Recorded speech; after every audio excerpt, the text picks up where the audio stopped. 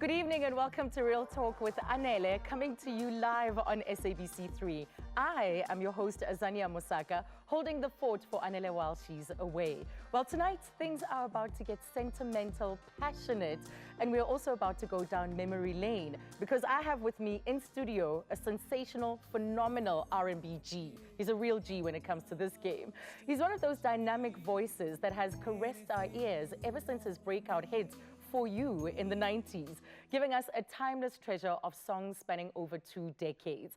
Any romantic occasion, be it Valentine's Day, a wedding first dance, or a Sunday soul session on radio, just isn't the same without the smooth sound and silky soft voice of music maestro Kenny Lattimore. And many of us will attest to this because we've loved his music for many, many years. He is authentic in his singing, and of course, he's given us songs to attach our memories to. He's just celebrated his birthday and he's in the country. So let's give him a warm welcome as we count down to his performance this coming Friday. Never too busy. I'm never too busy for you, babe. Never too busy. No. I've got things on my mind. Take time for you. I'm not too busy if you feel it. I never too busy.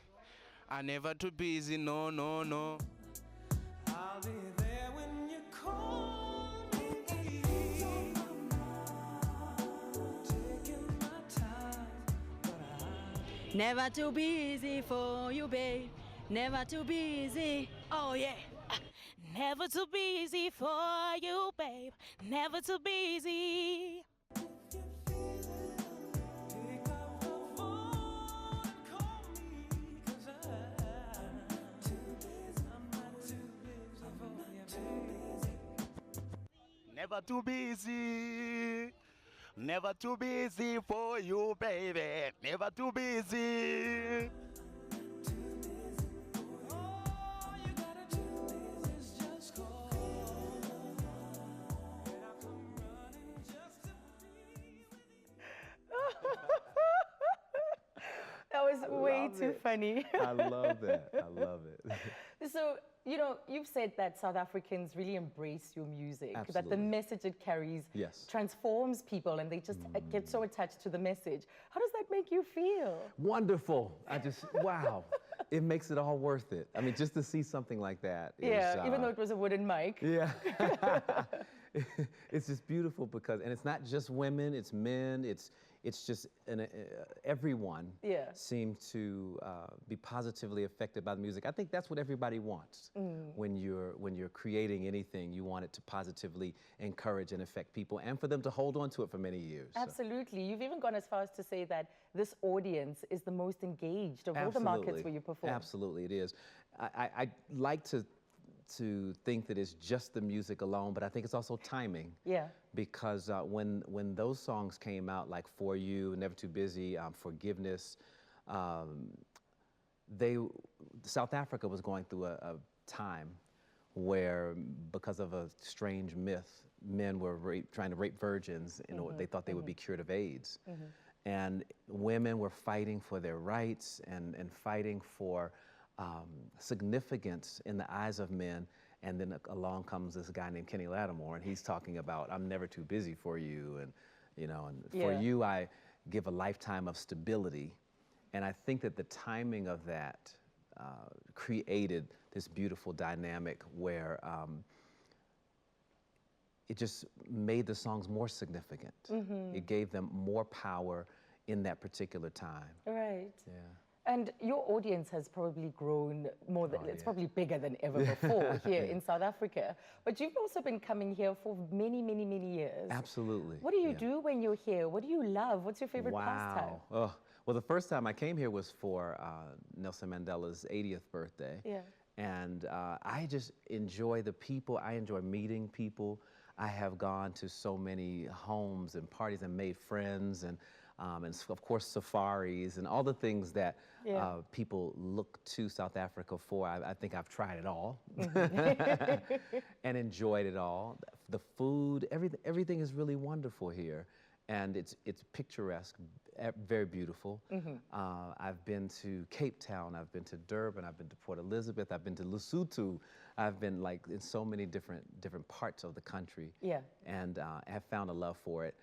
I brought my father here one year, and he loved it so much that he moved here for a while. Really? And we used to say, oh, we're gonna move to South Africa. We used to say it all the time, we're gonna buy a home, we're gonna do something here because it just is such a beautiful place. I can actually remember interviewing you where you were considering buying a home here. Absolutely. So it was quite real. And that was absolutely quite real. And my dad went and we started to do the research of, oh, what do we need to do? Oh, you've got to open up a bank account. Oh, you've got to kind of become a real person, a citizen of the country. You can't just come in and just do whatever. And it was great though. It's been a subject of a lot of positive and amazing conversation too back at home. When my dad particularly is around, we sit around and we actually talk about South Africa. Yeah. So where's your favorite place to perform? Around the world. Around the world. This is absolutely my favorite place to perform. Stand out. Absolutely. We've done the Coca-Cola Dome here. Yeah. We've done, oh boy, once there was, I can't remember, it was a tennis stadium that we performed. I can't remember, it was some years back. And I just remember coming on stage and the response was so great that I couldn't even hear myself. We do like I to said, sing when you along. have that, when you have that kind of, actually with Lyra once also, I popped in on a concert that Lyra had, and she was in Pretoria, as a matter of fact, at the theater, in one of the theaters in Pretoria, and the crowd was so wonderful, and just that kind of enthusiasm. I mean, and I get enthusiasm around the world, but still it's not quite like South Africa.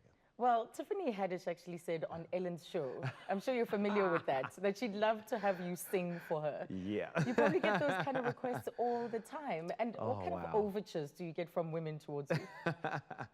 Well, that was really one of the funniest moments in my life because Tiffany Haddish, I'm a huge fan, but that is the one, you know, for women, it's like, wow, this is really great. Would you sing at my wedding? Yeah.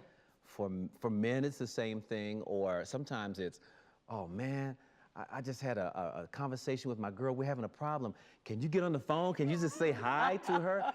And I'm thinking to myself, what am I gonna do? I'm gonna take her.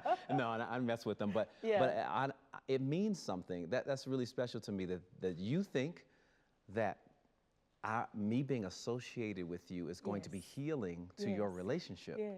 Wow, that's very powerful. Like we need a Kenny Lattimore intervention to sort this relationship out. Please, Miss Kenny Lattimore. That's pretty amazing. That's pretty amazing. But obviously, there has been some truth to it. There has been something that has happened, that this music has been a healing for relationships. So is there a song that you cannot not perform? I suspect For You is probably right absolutely. up there. For You is definitely that song. There are some arenas I can go into and not do a Never Too Busy. But I realized over a couple, I didn't for a few years, and then I realized that I had to put it into the set, even if I was just doing a jazz set or something, because I go and I perform gospel, I do, again, the jazz, I do American Songbook, and some of that I'm gonna do in the show on Friday. That's great. And we'll talk about life and how I grew up and the type of music I listened to. But For You, definitely. I have to do For You. I love that storytelling feature within the songs, between the songs. Absolutely. So that an audience gets to know exactly where you are, the frame of mind you're in. Yes, yes. And the songwriting. It begins to explain, you know, why I wrote this song. And sometimes you don't want to go too deep because people are like, okay, stop talking. We want to hear the music. We want to sing along. Yeah, we want to sing along. We want to hear ourselves sing along. But this concert coming up, I'm so excited because just as the music has been that healing balm in the past, I think this new album that I have, Vulnerable, is the same. I'll be introducing a lot of the new music, but I will not leave the fans that have been with me for years behind. Yes, the classics they've come to love. They'll definitely hear those. Do you ever wish you could shake it off? No. We as artists sometimes become self-indulgent. And it could be that my answer is no at this particular time, where maybe 5, 10 years ago I might have given a different answer for a moment. Yes.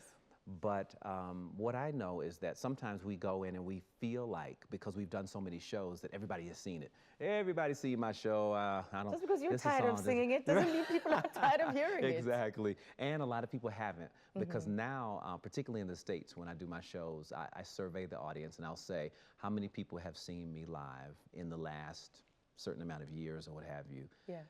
Some people have never seen, sometimes half the audience has never seen me perform at all. And that's something, because I feel like then we're ever growing. Yes. We're constantly growing, and more people are beginning to embrace the music like never before. So we hope to see you expand on the other genres that you're interested in, Thank you. like Thank you. jazz. I know Yes. gospel is also very close to your heart. Yeah. So are there plans to do that, like a full-on jazz album? Yes, I think that should be the next. Even before I do another R&B album, that should be the next move. And even if it's an EP, which is an extended play, Yeah. which what that means to people who may not know, extended play is just maybe 5 songs, because I always perform them in my show, and the reaction is pretty amazing. So South Africa, you'll get to see it Friday, but the reaction is so powerful that people are like, we're waiting for that album. And I'm Right. like, oh, okay. So it's Okay. definitely time. Well, there's still plenty to talk about. We've broken the ice. We even have a studio audience just for you today. And we're going to keep I it love it. interactive.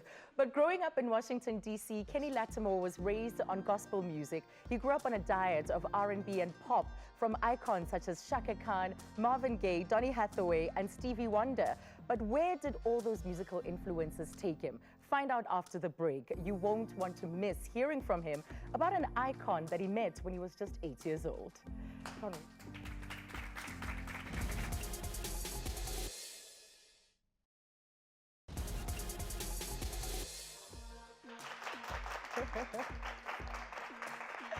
Well, as a man of faith, his music purpose is to sing to the hearts of women and to the minds of men and encourage them in love. No wonder he's been dubbed by the New York Times as the modern soul man. If you've just tuned in, I've been in conversation with R&B legend Kenny Lattimore. But before we continue, Kenny, we have Mrs. Naidu on the line. Oh, okay. Hi, Mrs. Naidu. Is she with us? Mrs. Naidu, are you there? Sanya. Yes, good evening. How are you doing? Sanya, I am so emotional. I cannot believe it that I'm speaking to you. It's such a pleasure to have you on the show. We wanted to surprise you. We know that you are a long-standing fan of the show. And I understand that throughout the time I've been here, you've been checking out my shoes. Yes, I've been checking the entire you. You are absolutely a stunning woman. I don't know who's your parents, but they must be so proud of you. Yeah, that's what they tell me. They tell me they're proud. But you know what? Oh my goodness, I enjoy, no matter what I'm doing, I will, even if I'm cooking, oh, look at those shoes. Oh my goodness, I cannot believe this. I enjoy your show so much. Oh, I'm so glad to hear I that. sit here and I watch you, and I just cannot take my eyes off you. Those earrings. Well, they're tell you what. stuff. Tell you what, Oh, because you've yes. been such a fantastic viewer, we are sending you a gift because your daughter's wedding's coming up, right? Yes, in June. In June, and check it out. We have Kenny Lattimore here, the man who is synonymous with weddings and the first dance. So that's why we Yes. brought you on for a few words with Kenny, but also to tell you we'll be sending you a lovely gift so that when you do go to the wedding, you're in really fine, gorgeous shoes. Not mine, man. but your own. Oh man, I cannot believe it. Oh, I'm just so emotional. I cannot believe it. You took the initiative to call me. Thank you. Oh, thank you for watching. You are Yes. so beautiful. I'm not sure whether you look like your mom or your dad, but you are stunning. Mrs. Naidu, good night. Thank you very much. Thank you. And I'm Thank glad you. that. God bless you. Thank you. you. Okay. Bye. I'm sitting here and I'm watching your show. I love it, yes. That was great. Thank you. God bless. What a great segment. Thanks. Yeah, exactly. Thank Just wanted you. to make it super special for her with this wedding coming up. And you Yeah. know, your music is synonymous with, Ah, with weddings. Isn't that So something? That's- take me back. You grew up in Washington, D.C. Yes. What is your earliest musical memory? Wow, earliest musical memory was singing in the back seat of my grandmother's car. Ah, And she'd occasionally just turn around and say, shh, shh, the baby's singing. The baby's singing. And she'd turn the radio down so from whatever so adorable. she could hear me because I had a little light voice. You know, I wasn't really an attention person. I have an older sister who was really more like, I'm here, world. But I was really more the shy and, you know, very laid no back. fighting for the spotlight. I No hope, and fighting for the attention. I was like, you can take the spotlight. I don't want it. And but my grandmother was really fascinated with it because I do come from a musical family. Yeah, so she's quite in tune. She plays the Yeah. piano, and then you have Yeah. your sister who sings gospel. Yep. And my grandfather plays. Well, my grandfather sang well and had rather. My grandfather's gone, but he had a huge voice, and he'd sing gospel, but in a classical tone, and on and on. I mean, my mom sang, my dad, everybody really does a Yeah. little something. So I thought everybody could sing. I didn't think I was special. I was like, hey, I can, you know, I think I can do a little something. But it's interesting when I look back. It was the family that nurtured me and supported me and placed this idea in my head that I could have a career, because other than that, there's so many things that come against you. Yeah. If you're starting a new business, if you're doing anything outside of the box that people don't understand, there's so many chances for you to abort your dream based on what people have to say and their opinions. But my family was so strong. My aunt, I remember even telling me, everybody's not gonna like you. Yes. And I didn't want to hear that. I was like, what do you mean everybody's not going to like me? They're going to like me. I'm going to make sure they... But it really was a truth that I needed really early, so that whenever I did hear anything negative, particularly as You're social prepared. media was starting to grow, Right. I never flinched from it. It didn't You were affect prepared me. I was prepared for that it. likelihood. Absolutely. But when you were 8 years old, you got to meet Shaka Khan. I mean, what kind of 8-year-old sees Shaka Khan as an icon, right? Not many 8-year-olds And that was what I are remember aware my of uncle her. saying that. He used to say, he's interested in Shaka Khan. That's very interesting for a young child, because Yes. she is one of the biggest voices in the industry right now. Why would he be as interested?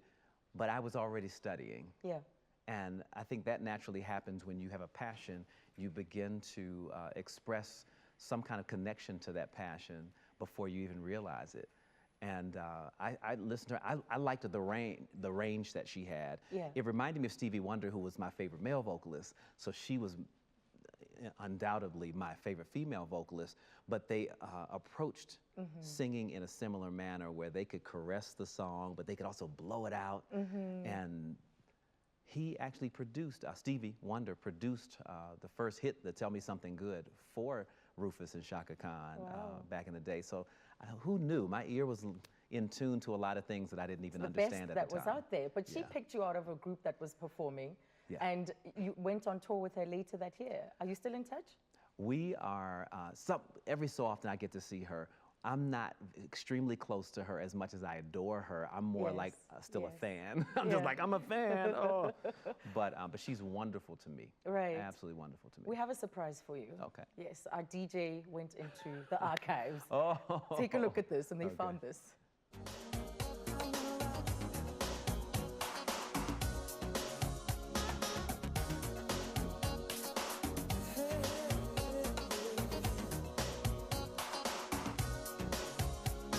Sing all around, driving your backseat car.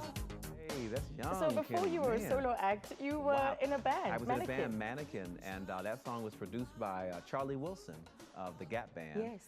And he's actually singing on that with me, and wow, what an experience that was, because he's another one of my favorites. Right. I just remember being very intimidated being in the studio with Charlie Wilson. Yeah, he's phenomenal. He's totally So what phenomenal. happened to your bandmates? Why did you guys split? You know, I was always a little different. I was the one who was very clear about my solo career. I was a man of faith even then, as a teenager. Yeah. I wanted to be like BB and CeCe Winans, actually. I didn't even want to do R&B. And what happened was executives would see me and they thought that I had a marketable look, I think, and they were like, okay, well, but he's got to sing this kind of song or that kind of song. Doesn't he want the panties thrown on the stage? Come on, you got to. It was all of that. So and I didn't totally, that wasn't why I got in the industry. Right. It wasn't even close to where my convictions in my heart were, because I was like, no, I have to sing, you know, I'm doing gospel as well. And so Mannequin was in another direction. Yeah. So the longevity of it, I knew that it would probably last 1 or 2 albums, and it ended up being 1. But it wasn't that I just quit. It just, when we began to work on the second album, I told them, I said I would do the second album with them, but I think they were slightly offended that, because they didn't understand my heart and what my passion was about gospel and the lyrics and the positivity and all of the things that you do see now. It was difficult to explain it as a 19-year-old or whatever back then. So they were more like, no, we need to just replace you. We need to get some. So they had some other people come in, and just wasn't the same, though. Right. It wasn't the same. Wow. Well, we'll explore these convictions a little bit later. I want to just drill a little bit deeper into that. Well, for Kenny Lattimore, the major difference between traditional and modern R&B is the ability to live the art and to create a lasting experience for fans. But certain events in his life, as you've just heard, led him to question his relevance in music, feeling like he didn't fit in anymore, and so he fell out of love with the music industry. So what was the thing that pushed him out of the music scene? Find out after the break.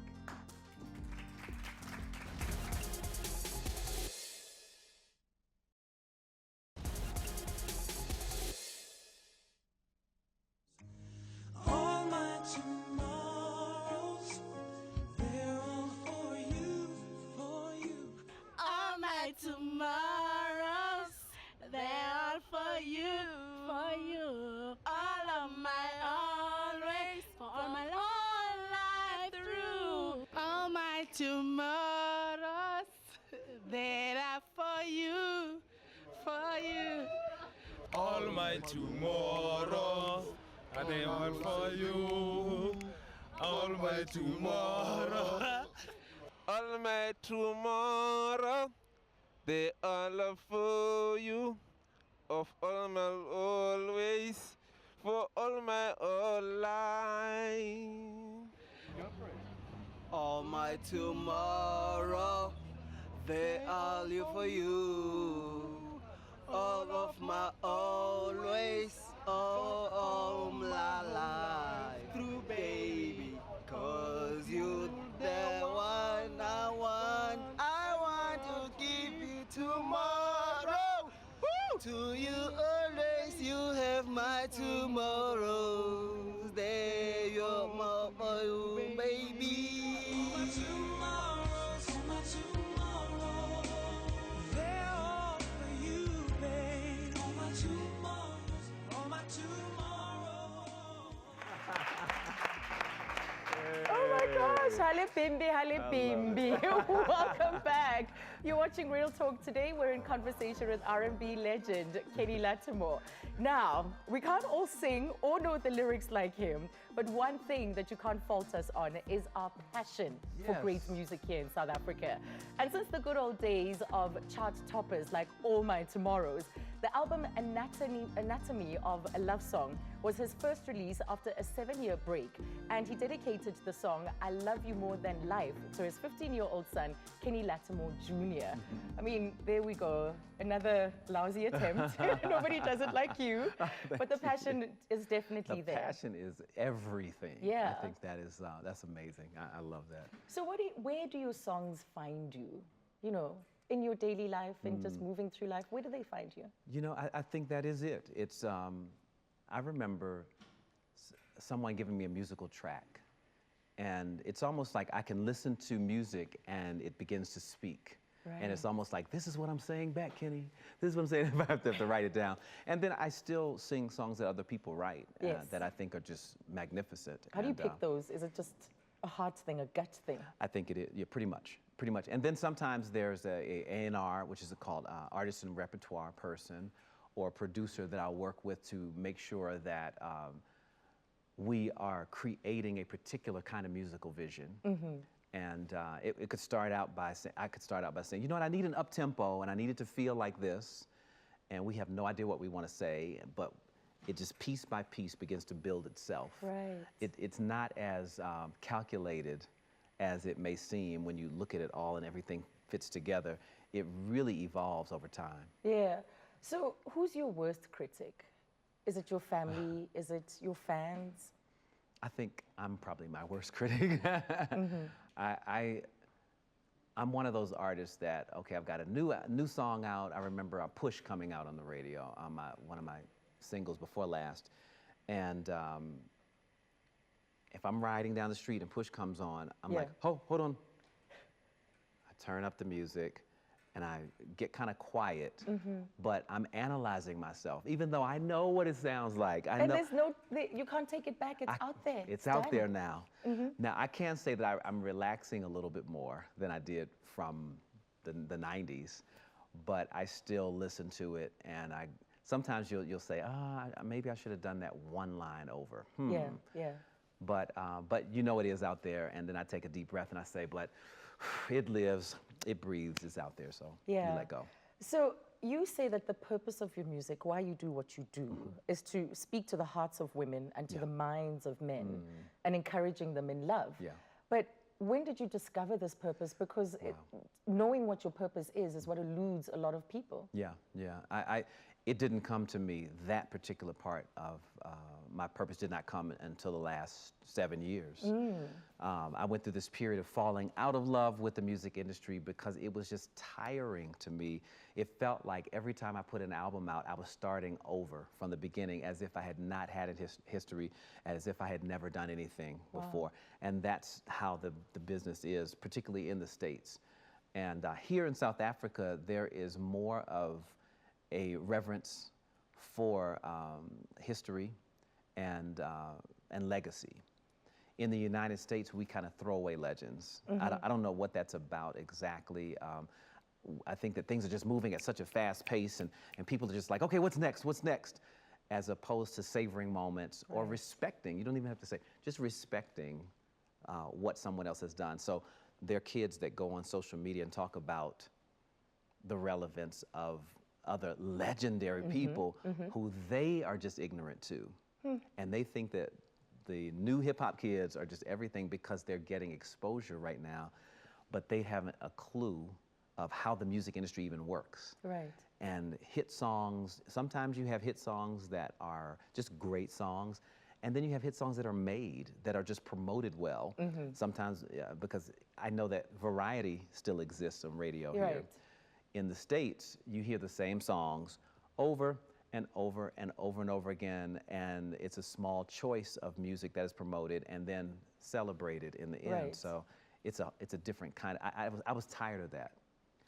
And through the period that I didn't record and I was working on Anatomy of a Love Song, I probably took about 4 years to do Anatomy of a Love Song. That's beautiful, because we hear of overnight records. Oh, right. You know, people say we did it in 2 weeks, or we did it in a week. And it's #1, you know, and it's like, all of that has to do with money and politics and different types of things. Talk to me about this notion of reaching and appealing to women's hearts and the minds of men. Why this distinction? I think because I had achieved everything that I set out to achieve. And I lived my lifestyle, and I had my house and my car and my family and whatever, you know, whatever people dream about achieving. Success is defined. And success is defined for them. It happened. So what happens after that is, like Oprah Winfrey says, sometimes you have to dream a new dream. You have to think differently about, okay, so isn't there something deeper to this? It can't be about money. I know I didn't do this for money. I didn't do it just for fame or what have you.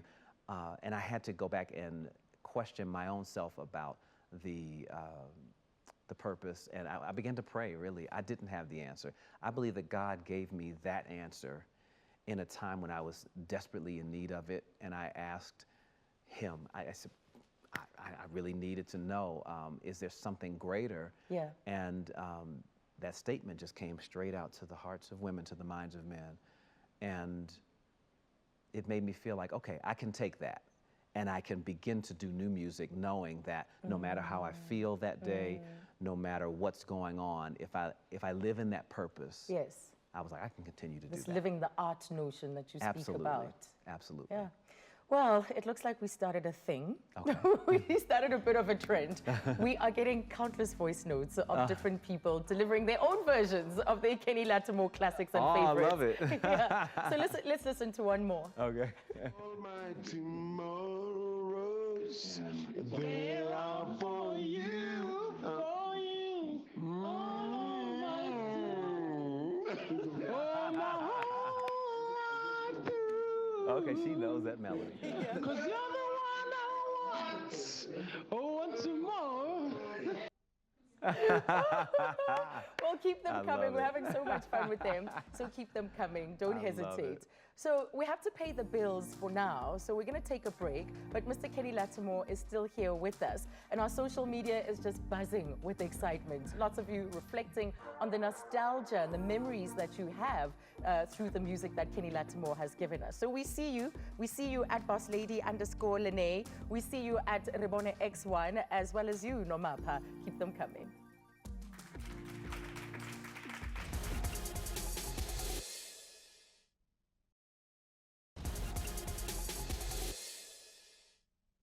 You deserve better, better, babe.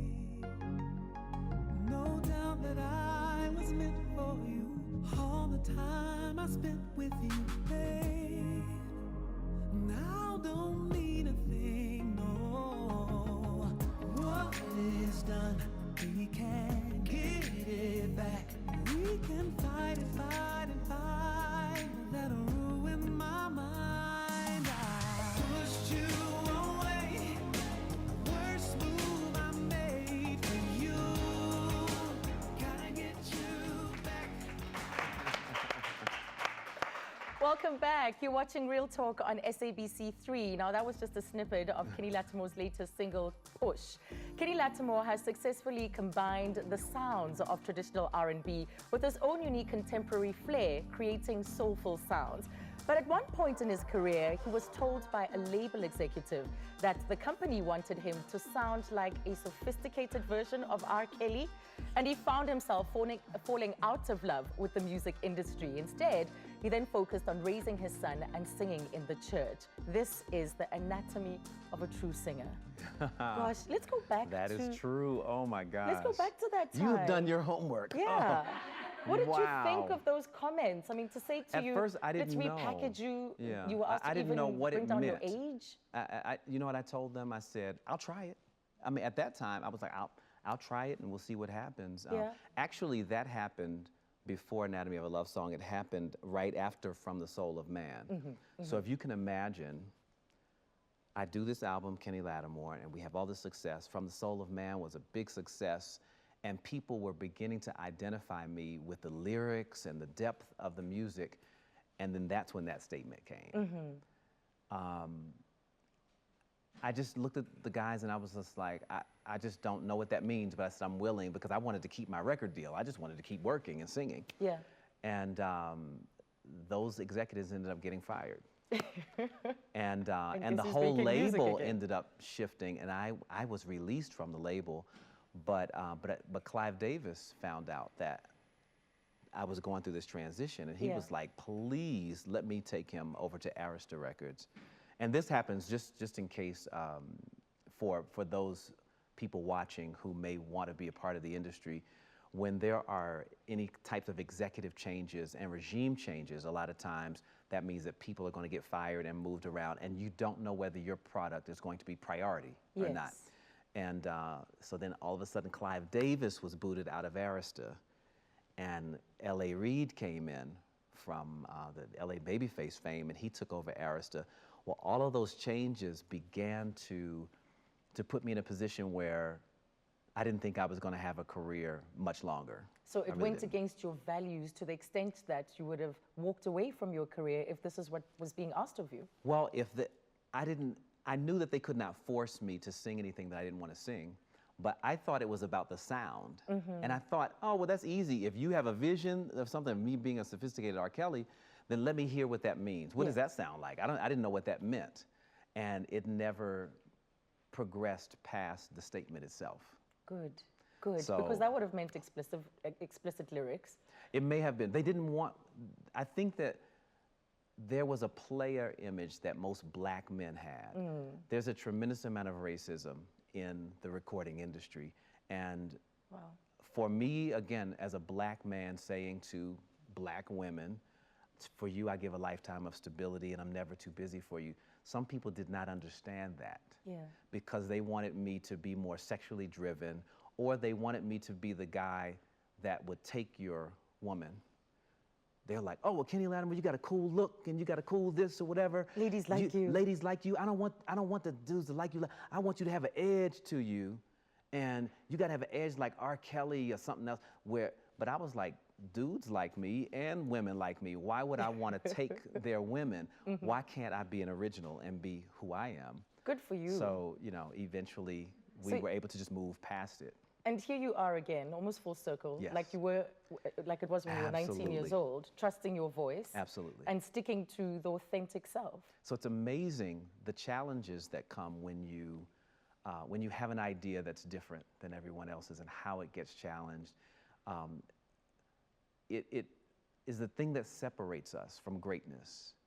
Those that are able to stick to their goal and not allow anyone to deter them is why few people become great. Because there's so many things that come against you to kill your vision and kill your passion. And most of us succumb to that. Yeah, we do. Yeah. But you are a sex symbol, though. I was a reluctant sex symbol, but the you gospel are a sex symbol. Kenny Lattimore. But you know what? Let me tell you. I can tell you this, though. One of the blessings for when I was married, because of my values, I felt more comfortable once I was married to be like, oh, okay, I can let my unbutton my suit a little bit, and I can show a little more swag, And something about that period in my life helped me to relax in it. So now I don't have the same issues, and you will see on Friday night. But is it also part of your upbringing in this? Because you've said that your mother's always said to you, you must improve the standard. Absolutely. My mother and one of my pastors, when I was leaving to do the Mannequin album, and leaving meaning I was leaving school. I was an architecture and planning major at Howard University, and in the first year I got a record deal, and I didn't know what to say. The church was, it was almost like I was secretly getting ready to record. That's what I felt like. And I said, I've got to tell everybody because I'm not going to allow this to be some secret thing that tears me apart. But when I went to the pastor, to my mom, I was charged.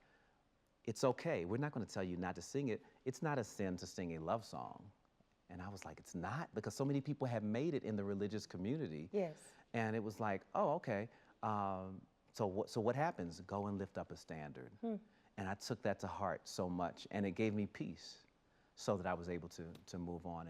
Now, I was really, still as a young person, really hard about lyrics. I remember when I wouldn't say the word baby. Can you imagine? I wouldn't say baby in a song, my little naive self. So there is definitely no swearing around you. Right. and that's just the way I grew up. That was just the way I grew up. Yes. Well, in his latest album, Vulnerable, he bears his soul. And for Kenny Lattimore, it's not about being weak. It's about accepting that someone could hurt you. So, did he have a certain somebody in mind when he created this album? We'll explore all of that on the other side. We'll chat love, moving on, spirituality, and staying true to his authentic self. I've got this voice note in my mind. Another one, Kenny. Let's listen out to it. Oh, my heart and my soul. Oh, I have had it all. All I ever will need is your here with me, shining with me. Hey. All my tomorrow.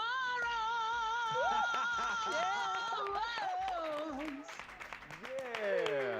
So keep them coming right through the show, and we want your feedback on Twitter as well. That was impressive. I love it.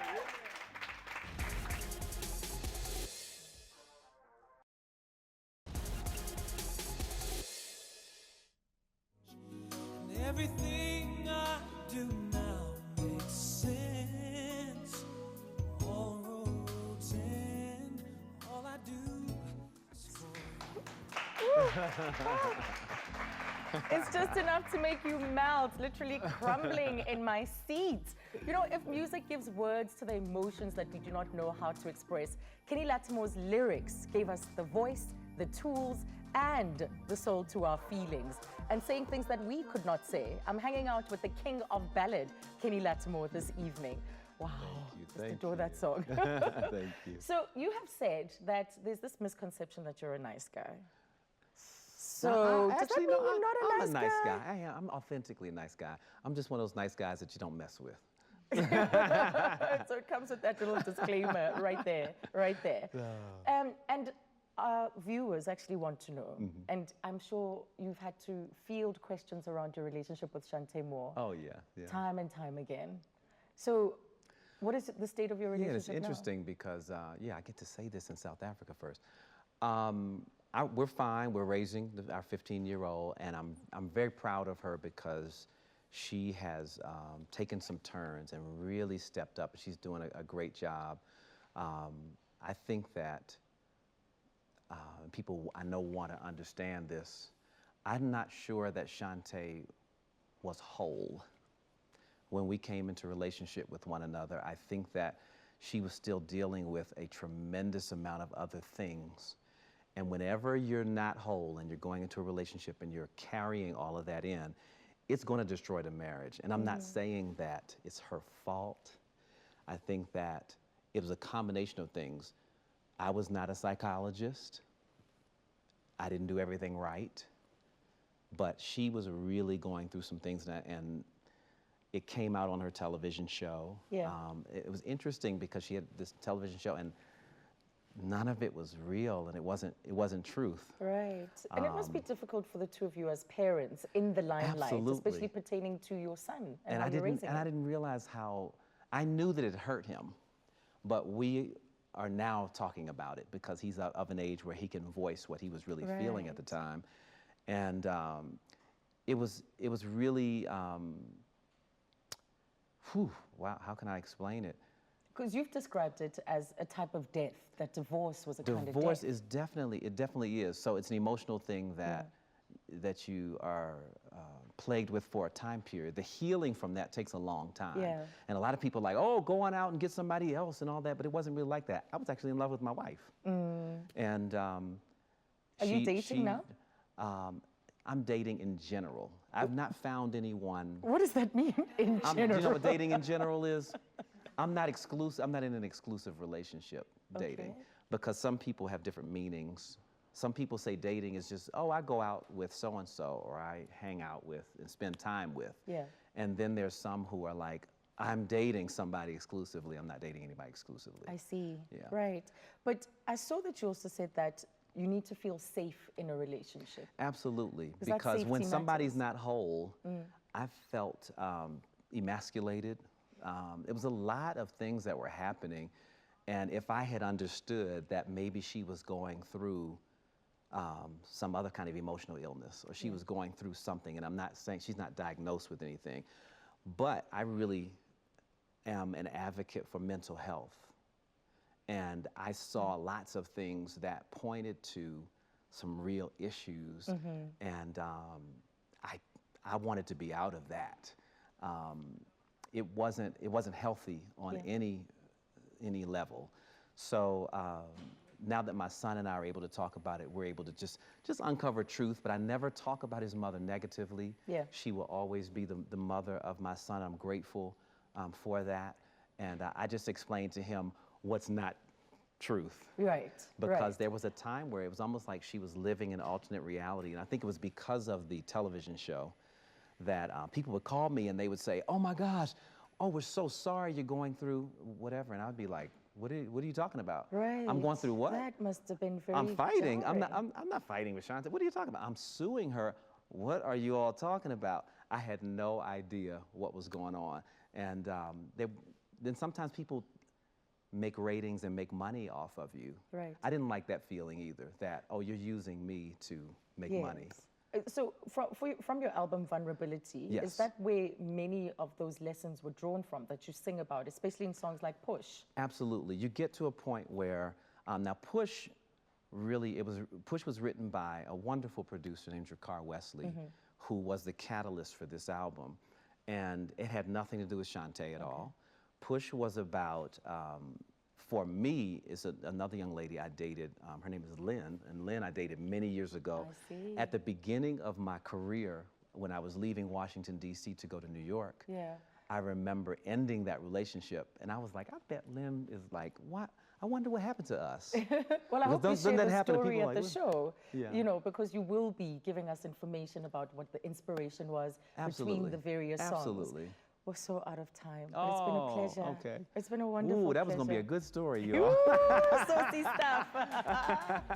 So you can go down memory lane with Kenny Lattimore at Soulful Night this Friday, happening at the Sun Arena in Pretoria. So from myself and the team, have a good evening. Thank you so much for watching. We'll be back again tomorrow with another legend, and it is the PJ Powers. Goodbye.